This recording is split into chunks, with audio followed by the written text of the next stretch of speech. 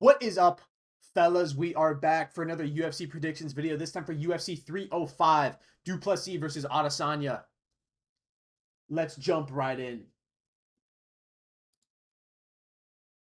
Kicking us off at flyweight, Stuart Nickel versus Jesus Aguilar.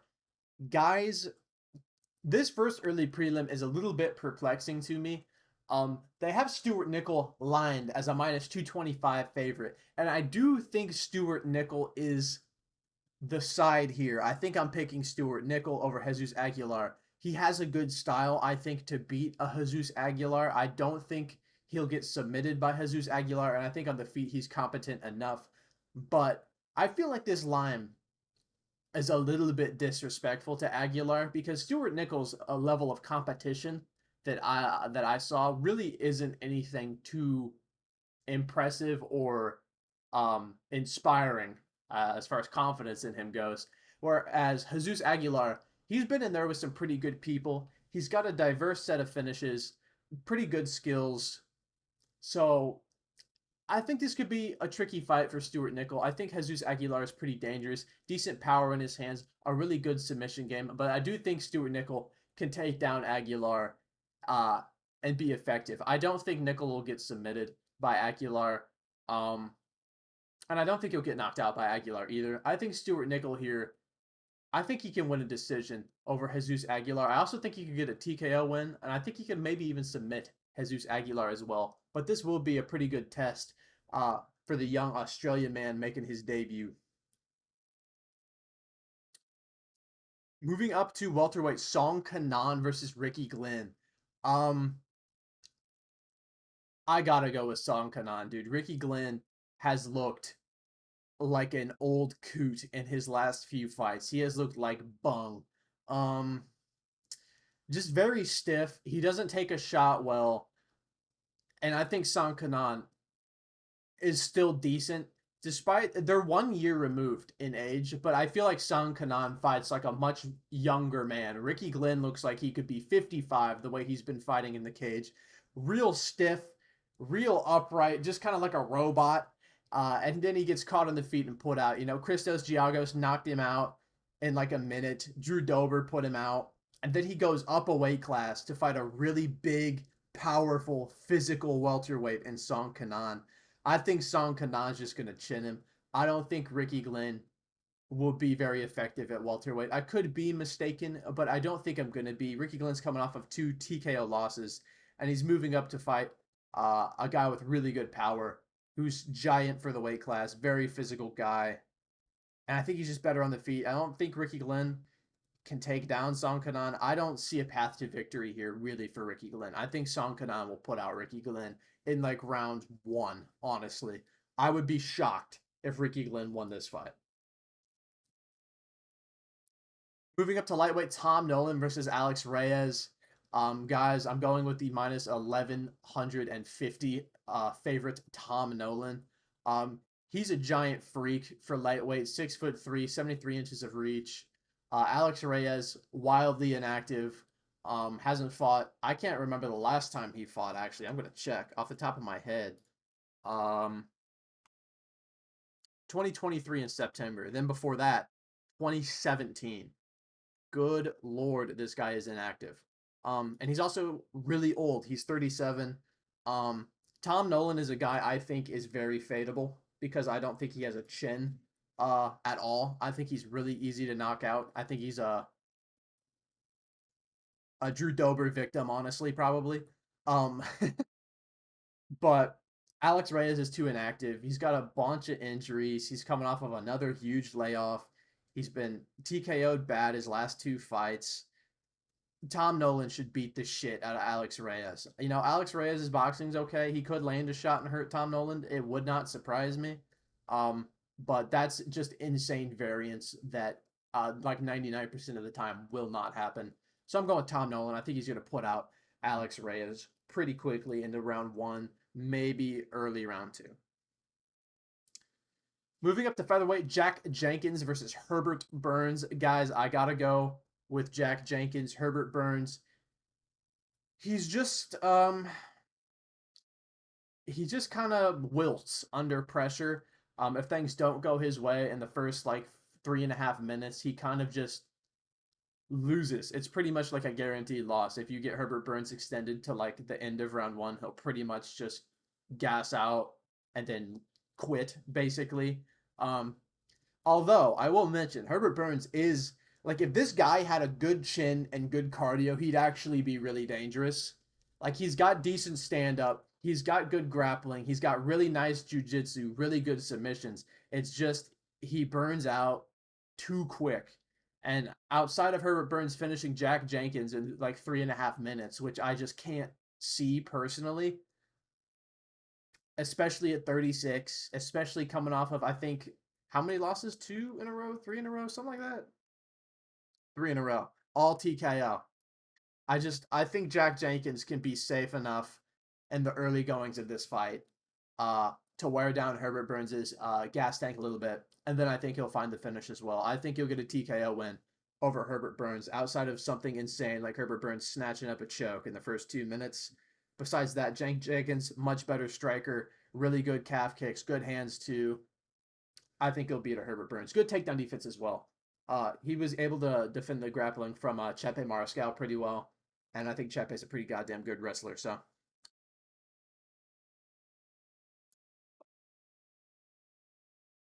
moving up the card, Casey O'Neill versus Luana Santos. This one's a bit tricky, fellas. I think I'm gonna pick Luana Santos here over Casey O'Neill, just because there is nothing that Casey O'Neill does, in my humble opinion, that is truly exceptional. She's kind of just okay everywhere. Besides her output's pretty good.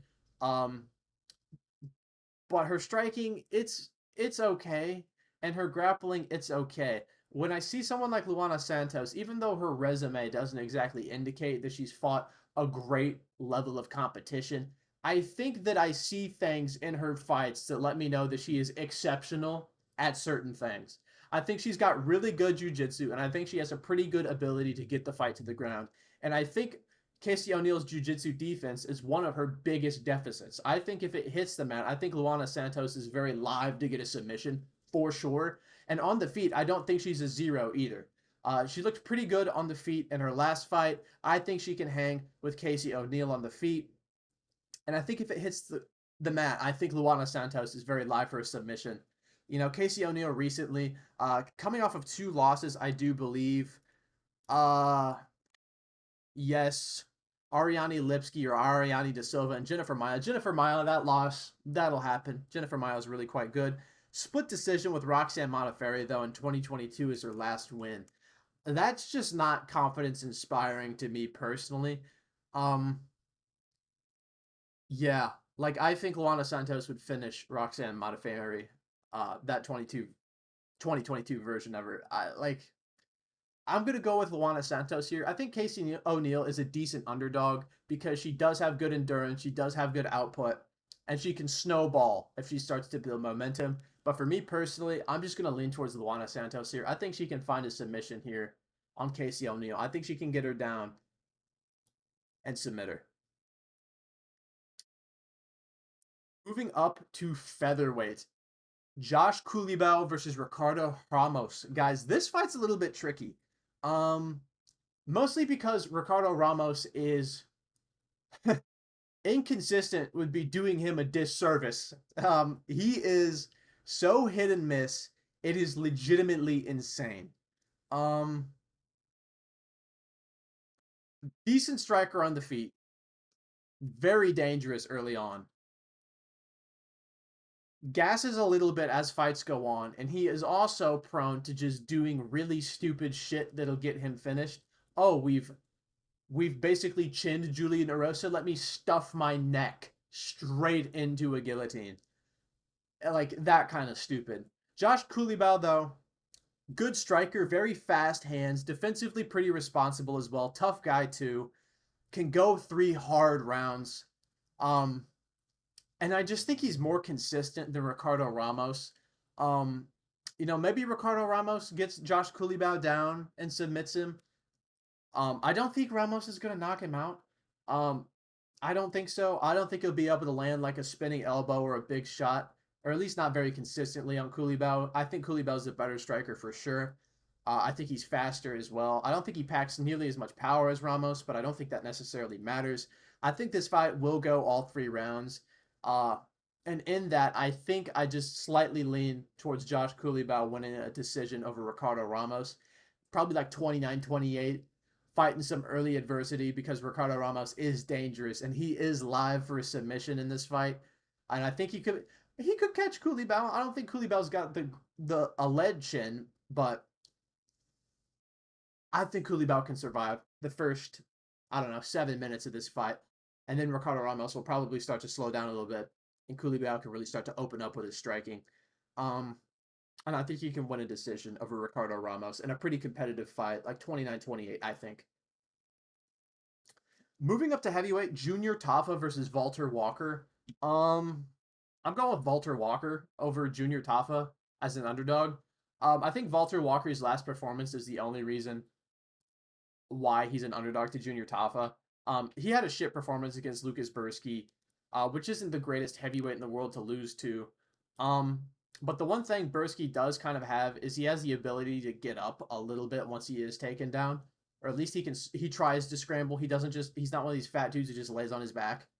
Um, I think if Walter Walker takes down Junior Tafa, I think that is the end of the fight, and I think he can take down Junior Tafa.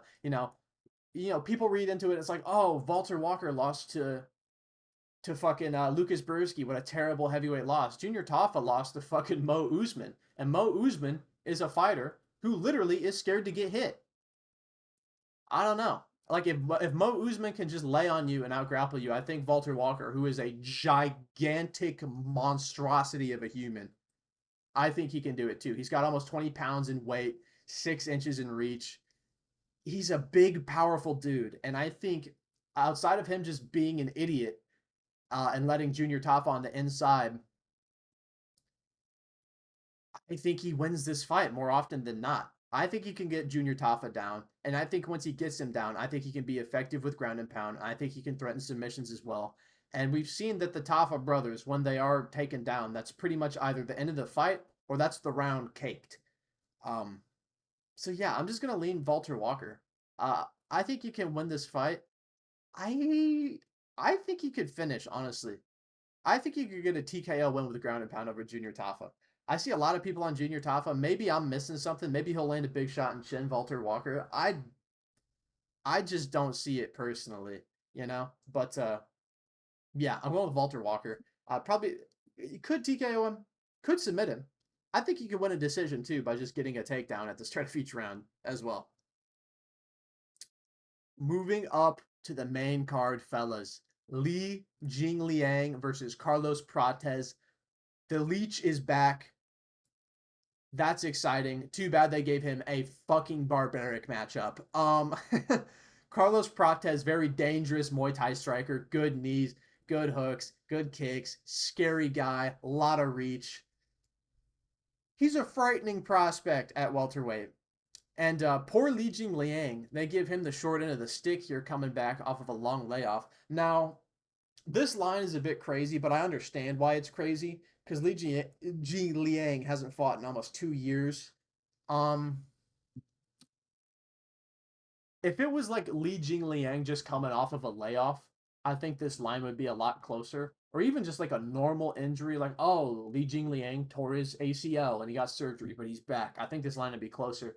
My problem is Li Jingliang suffered a spinal injury. I believe it was his neck. Um, and that's just not something that inspires a lot of confidence in you coming back because it was a really long layoff. It was a really serious injury where Lee was thinking about retiring and maybe just doing coaching. So that's a fucking very scary prospect, especially at 36 years of age. There's nothing on this card that I want more than Li Jingliang to win this fight. I just think it is set up for him to lose. They give him a very powerful, dangerous striker with a lot more reach, who's been a lot more active, and he's coming off of a really horrible injury, giant layoff at 36. I think it's just tough. I don't think Leach is going to shoot a takedown. He could do it, and I think he might get it, honestly. My thing is, the Leech can win this fight. He can, because Carlos Prates is a guy who is very susceptible to straight punches. Um, and Li Jingliang can set up big shots with his straight punches. And if there's one thing I know the Leech will have going into this fight, he will have a power in his hands advantage. There's not a lot of guys at welterweight that can take a clean shot from that dude and not get hurt. So there is the variance of the Leech just catching Prates with a huge shot and knocking him unconscious. That is very possible, and I hope it happens. But I think more often than not, Carlos Prates is the side here because he's just so dangerous, and I think he will use that reach advantage. And I also think Li Jingliang's a guy when he throws his big shots, he does duck down a little bit, and in doing that, I think he is primed for a Carlos Prates knee on a duck. I think Carlos Prates will probably win this fight by TKO. I hate to say it, it hurts the soul. But yeah, I think Carlos Prates wins this one, fellas, sadly. Moving up to heavyweight, Tai Tuivasa versus Jairzinho Rosen strike. Guys, it's Biggie Boy season. You know this. I know this. I gotta go with Jairzinho Rosen strike here. He is 36, but at heavyweight, that age doesn't matter so much. And I just think at this point in both of their careers, I think Tai Tuivasa has just kind of taken a back step on his career as far as how seriously he's taking it. And I think Jairzinho Rozenstruik's a guy who still puts in the hours, puts in the time, puts in the training to really try and win a fight for his country of Suriname. I think he takes this a lot more seriously than Tuivasa does. And I think he's just a better striker, just more technical, good kicks, good jab. He's a lot faster. Maybe not quite as powerful as Tuivasa. He doesn't quite have the one-hit power that Tuivasa does. But I think he's more defensively responsible than Tuivasa. I think he's faster. I think he'll land more strikes. And I think Tuivasa, although he can land that big shot and put Rozenstruik out, I also think Rozenstruik can put out Tuivasa because recently Tuivasa has been getting finished a lot. He's taken a lot of damage recently from Cyril Gane, from Sergey Pavlovich, from Alexander Volkov. These guys have really put a fucking licking on him. I'm just gonna go with Rozenstruik. I trust him more than I trust Tuivasa at this point, outside of Thailand and that big shot. I think Rozenstruik can also win minutes in a technical kickboxing fight and win a 3-round decision as well. I'm gonna go with Jairzinho Rozenstruik. I honestly feel like he will win a decision against Tai Tuivasa. I think he'll be pretty composed. He'll pick his shots, land his shots, and get out of the way of Tuivasa's bombs. I think he'll win a decision. We'll see though. They could just go out there and swang and bang, and one of them just gets obliterated. Very possible. Moving up to lightweight, Matias Gamr versus Dan Hooker. Guys, I gotta go with Matias Gamr. Dan Hooker is a dog, though. He will fight for as long as he can draw a breath. I just feel like he's not going to be able to get many breaths in with this dude shooting 36 takedowns in 15 minutes. Gamr, incredible wrestler, really good scrambling, good submissions, high pace, great cardio. His only deficit, in my opinion, is the fact that I think he's a bit chinny.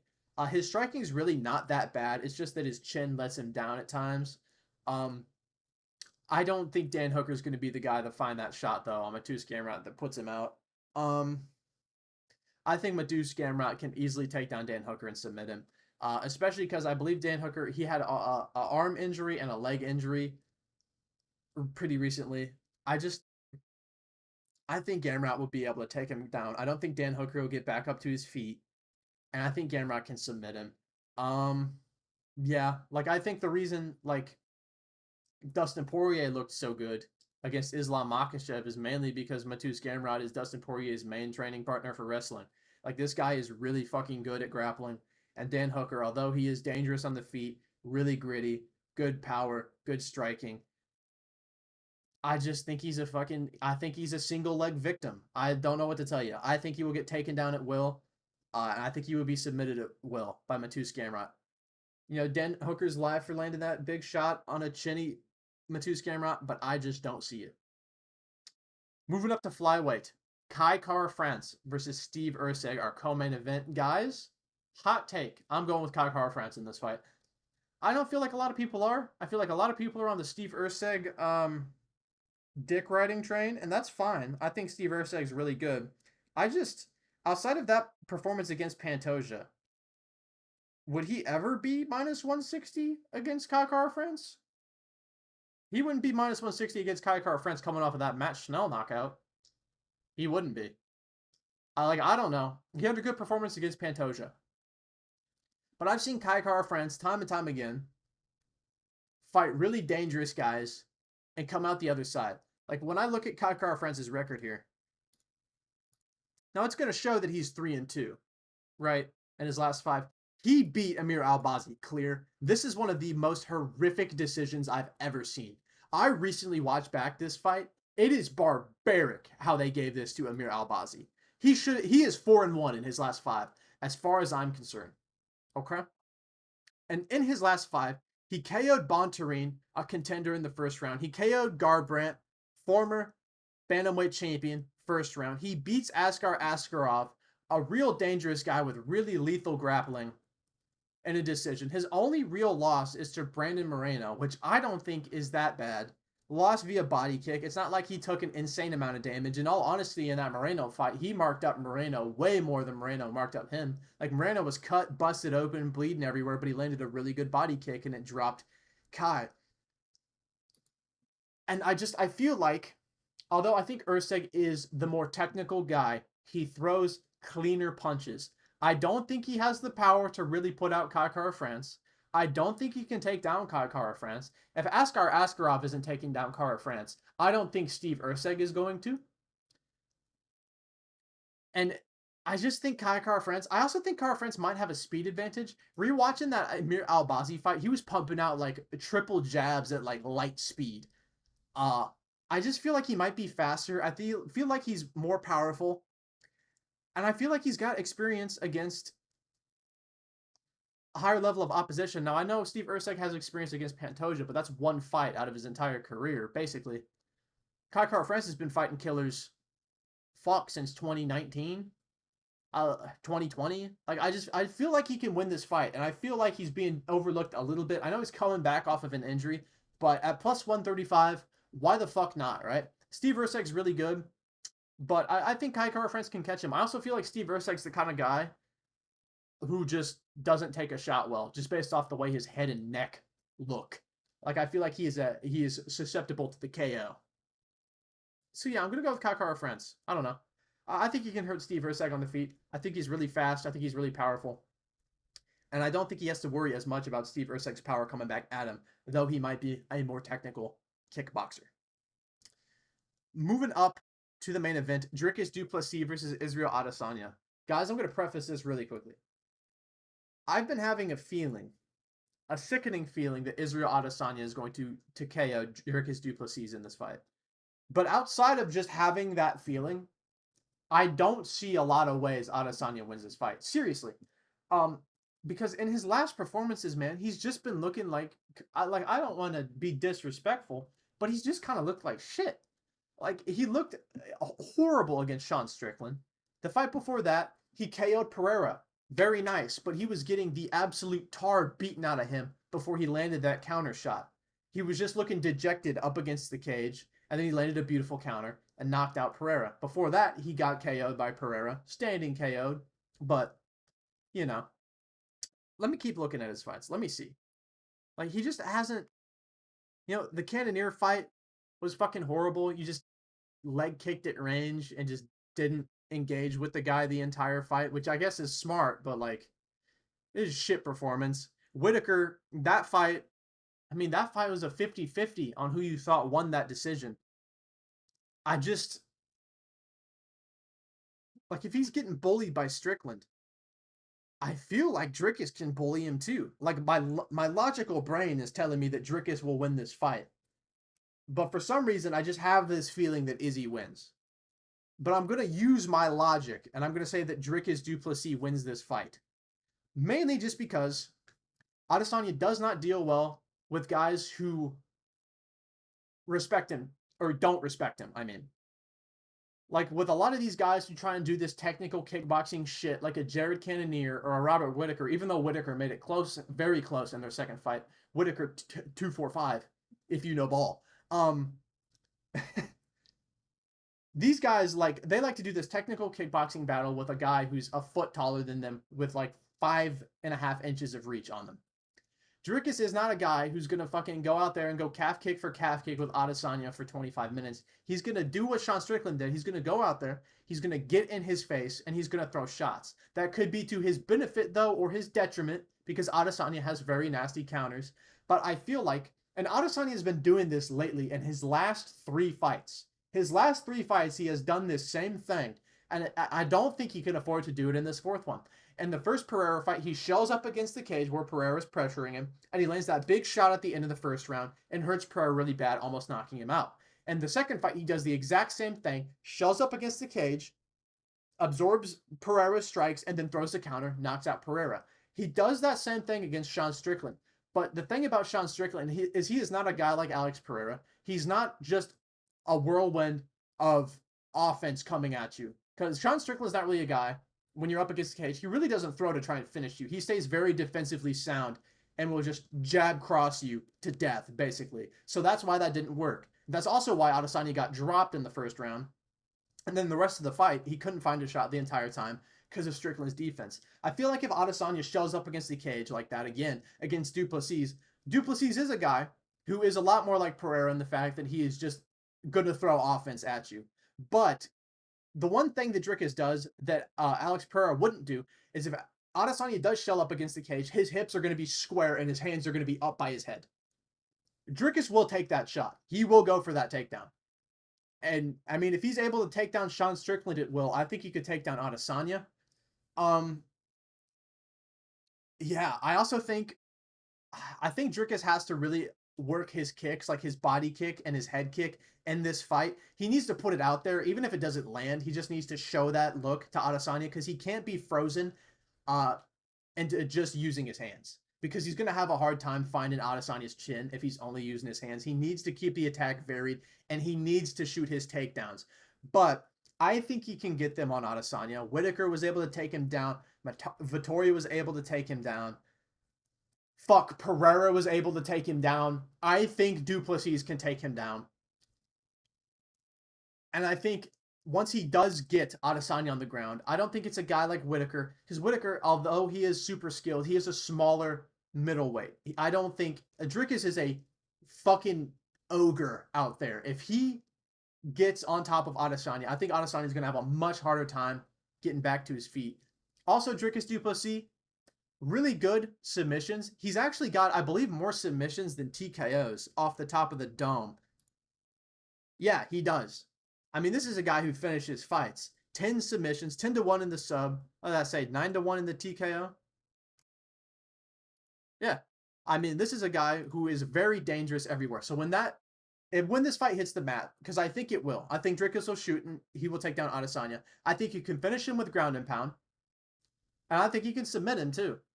I think on the feet, that is really where this fight is going to be sketchy. I think Dricus needs to push Adesanya up against the cage, land his shots, and then when he feels like the hips are square or Adesanya is not thinking about it, he needs to go for that double leg, get him to the ground, and I think he can win rounds doing that. Yeah, I think I'm going to go with Dricus Duplessis. You know, I have this horrible feeling that Adesanya wins, but I'm just going to ignore that because it doesn't make any logical sense. I'm going to go with DDP. Plus, he's been active. He's been fighting a lot. So, yeah, I'm going to go with DDP to beat Israel Adesanya. I think he'll probably win a decision, honestly. I feel like this fight will go the distance. Yeah. Thank you guys so much for watching. I appreciate it so much. Don't forget to rate, comment, and subscribe. Leave your picks in the comments below. And I'll catch you guys next time. See ya.